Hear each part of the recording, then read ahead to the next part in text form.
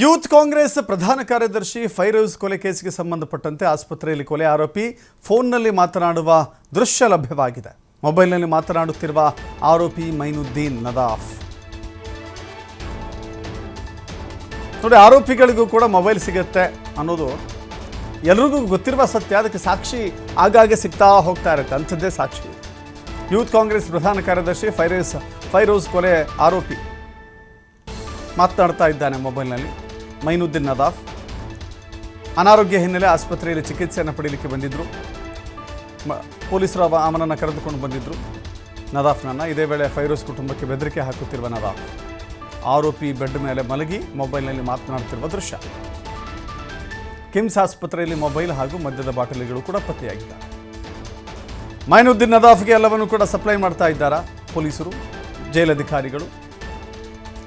ಇಸ್ಮಾಯಿಲ್ ತಮಟಗಾರ ಸಂಬಂಧಿಯಾಗಿದ್ದಾನೆ ಮೈನುದ್ದೀನ್ ನದಾಫ್. ಕಳೆದ 2 ತಿಂಗಳಿಂದ ಮರೆಸಿಕೊಂಡಿದ್ದಾರೆ ತಮಟಗಾರ್. ಇನ್ನು ಫೈರೋಜ್ ಕೊಲೆ ಪ್ರಕರಣದ ಆರೋಪಿ, ಆತ ಅರೆಸ್ಟ್ ಆಗಿದ್ದಾನೆ, ಜೈಲಿನಲ್ಲಿದ್ದಾನೆ. ಚಿಕಿತ್ಸೆಗೆ ಕರೆದುಕೊಂಡು ಬಂದರೆ ಆತನಿಗೆ ರಾಜಾತಿಥ್ಯ. ಡಾಕ್ಟರ್ ಹೇಳಿದ್ರೆ ಇನ್ನೊಂದು ತೆಗೆದ್ಬಿಟ್ಟು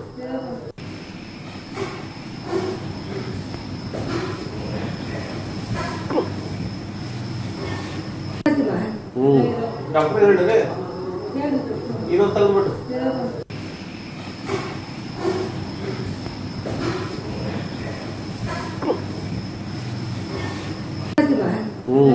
ಡಾಕ್ಟರ್ ಹೇಳಿದ್ರೆ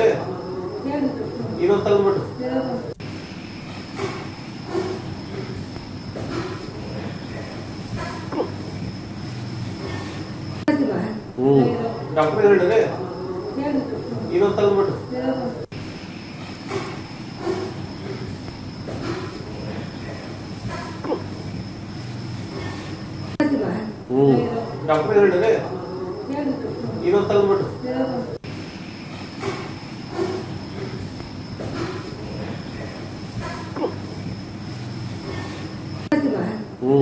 ಡಾಕ್ಟರ್ ಹೇಳಿದ್ರೆ ಇನ್ನೊಂದು ತೆಗೆದ್ಬಿಟ್ಟು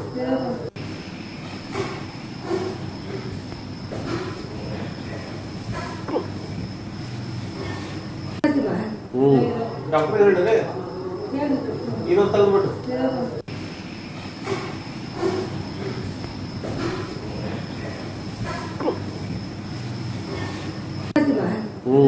ಡಾಕ್ಟರ್ ಹೇಳಿದ್ರೆ ಇನ್ನೊಂದು ತೆಗೆದ್ಬಿಟ್ಟು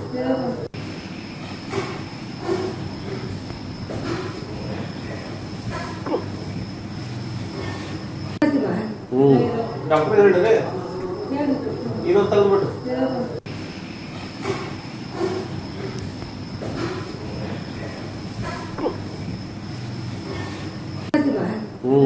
ಡಾಕ್ಟರ್ ಹೇಳಿದ್ರೆ ಇನ್ನೊಂದು ತೆಗೆದ್ಬಿಟ್ಟು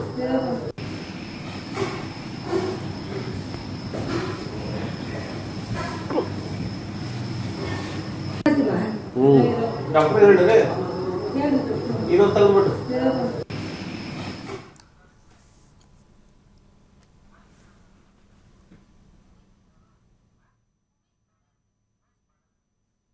ಮತ್ತಷ್ಟು ಮಾಹಿತಿ ನಮ್ಮ ಪ್ರತಿನಿಧಿ ಉಮೇಶ್ ನೀಡ್ತಾರೆ. ಉಮೇಶ್, ಕೊಲೆ ಪ್ರಕರಣದ ಆರೋಪಿ ಆತನಿಗೆ ಈ ರೀತಿ ಮೊಬೈಲ್ ಕೊಡ್ತಾರೆ, ವಿಡಿಯೋ ಕಾಲ್ ಮಾಡಲಿಕ್ಕೆ ಅವಕಾಶ ಕೊಡ್ತಾರೆ ಅಂತ ಹೇಳಿದ್ರೆ ಜೈಲುಗಳ ವ್ಯವಸ್ಥೆ ಇಲ್ಲಿಗೆ ಬಂದೋಗಿದೆ ಅನ್ನೋದು ಅರ್ಥ ಆಗುತ್ತೆ. ಜೊತೆಗೆ ಹೊರನೋಟಕ್ಕೆ ಮಾತ್ರ ಅವರು ಆರೋಪಿಗಳು ಅಥವಾ ಕೈದಿಗಳಾಗಿರ್ತಾರೆ ಜೈಲುಗಳಲ್ಲಿ, ಬಟ್ ಎಲ್ಲವೂ ಕೂಡ ಅವಕಾಶ ಸಿಗುತ್ತೆ. ಏನು ಹೇಳ್ತಾರೆ ಜೈಲಧಿಕಾರಿಗಳು ಈ ವಿಡಿಯೋಗೆ ಸಂಬಂಧಪಟ್ಟಂಗೆ? ಎಸ್, ಯೂತ್ ಕಾಂಗ್ರೆಸ್ ಪ್ರಧಾನ ಕಾರ್ಯದರ್ಶಿ ಫೈರೋಜ್ ಪಠಾಣ್ ಕೊಲೆ ಪ್ರಕರಣದಲ್ಲಿ ಆರೋಪಿ ಆಗಿದ್ದಂತಹ ಮೈನುದ್ದೀನ್ ನದಾಫ್ ಕಿಮ್ಸ್ ಆಸ್ಪತ್ರೆಯಲ್ಲಿ ರಾಜ್ಯಾತಿಥ್ಯವಾಗಿ ಎಲ್ಲ ಒತ್ತಡ ಸಿಗುತ್ತದೆ. ಇನ್ನು ಅದರ ವಿಚಾರವಾಗಿ ಅವ್ರಿಗೆ ಸ್ಕೂಲ್ ಆಸ್ಪತ್ರೆಗಳಿಗೆ ಆರೋಗ್ಯ ಸರಿ ಇಲ್ಲ ಒಂದು ಟ್ರೀಟ್ಮೆಂಟ್ ಅನ್ನು ಪಡೆಯುತ್ತಿರುವ ಸಂದರ್ಭದಲ್ಲಿ ಈಗಾಗಲೇ ಆರೋಪಿ ಅಂತ ಮೈನುದ್ದೀನ್ ನದಾಫ್ ಈಗಾಗಲೇ ಫೋನ್ ಬಳಕೆ ಮಾಡೋದಾಗ್ಲಿ ಮತ್ತೆ ಸರಾಯಿ ಬಾಟಲಿ ಆಗ್ಲಿ ಇಂಥರೆ ಮತ್ತೆ ಕೊಲೆ ಆದಂತಹ ವ್ಯಕ್ತಿ ಫ್ಯಾಮಿಲಿಗೆ ಧಮಕಿ ಹಾಕುತ್ತಾಗಲಿ ಇವೆಲ್ಲ ಮಾಡ್ತಿದ್ದಾರೆ. ಇದು ಸಾರ್ವಜನಿಕ ವಲಯದಲ್ಲಿ ಕೂಡ ಇಂಥ ಆರೋಪಿ ಆದಂತ ಮೈನುದ್ದೀನ್ ನದಾಫ್ ಯಾವ ರೀತಿ ಮೊಬೈಲ್ ಕೊಟ್ಟು ಅಧಿಕಾರಿಗಳು ಇದಕ್ಕೆಲ್ಲ ಪೊಲೀಸರು ಶಾಮೀಲಿದ್ದಾರೆ ಅನ್ನೋದೊಂದು ಯಕ್ಷರ ಪ್ರಶ್ನೆ ಆಗಿದೆ. ಇದರ ಜೊತೆಗೆ ಕಳೆದ ಏಪ್ರಿಲ್ 10ರಂದು ಯೂತ್ ಕಾಂಗ್ರೆಸ್ ಫೈರೋಜ್ ಪಠಾಣ್ ಕೂಡ ಹತ್ಯೆ ಆದ್ರೂ ಕೂಡ ಇನ್ನೂವರೆಗೆ ಯಾವುದೇ ರೀತಿ ಕ್ರಮ ಆಗಿಲ್ಲ. ಈಗಾಗಲೇ ಇನ್ನೊಬ್ಬ ಆರೋಪಿ ಅಂತ ಇಸ್ಮಾಯಿಲ್ ತಮ್ದೀರ್ ಕೂಡ ಅರೆಸ್ಟ್ ಆಗಿಲ್ಲ. ಇದ್ರ ಜೊತೆಗೆ ಈಗ ಮೈನುದ್ದೀನ್ ನದಾಫ್ ಕೂಡ ಅರೆಸ್ಟ್ ಆದ್ರೂ ಕೂಡ ಜೈಲ್ ಒಳಗೆ ಇರಬೇಕಂತ ವ್ಯಕ್ತಿಗೆ ಆರೋಗ್ಯ ಸರಿ ನೆಪವನ್ನು ಹೇಳಿ ಏನು ಕಿಮ್ಸ್ ಆಸ್ಪತ್ರೆಯಲ್ಲಿ ಚಿಕಿತ್ಸೆ ಪಡೆಯುತ್ತಿದ್ದ ಸಂದರ್ಭದಲ್ಲಿ ಈಗಾಗಲೇ ಫೋನ್ ಬಳಕೆ ಮಾಡೋದಾಗ್ಲಿ ಸರಾಯಿ ಮತ್ತೆ ಆಮೇಲೆ ಫೋನ್ ಬಳಕೆಯಿಂದ ಇವರು ಹತ್ಯದಂತ ವ್ಯಕ್ತಿ ಫ್ಯಾಮಿಲಿಗೆ ಧಮಕಿ ಹಾಕುವುದು ಕೂಡ ಮಾಡ್ತಿದ್ದಾನೆ sir. Okay, thank you. Doctor ಹೇಳಿದ್ರೆ ಇದೊಂದು ತೆಗೆದ್ಬಿಟ್ರು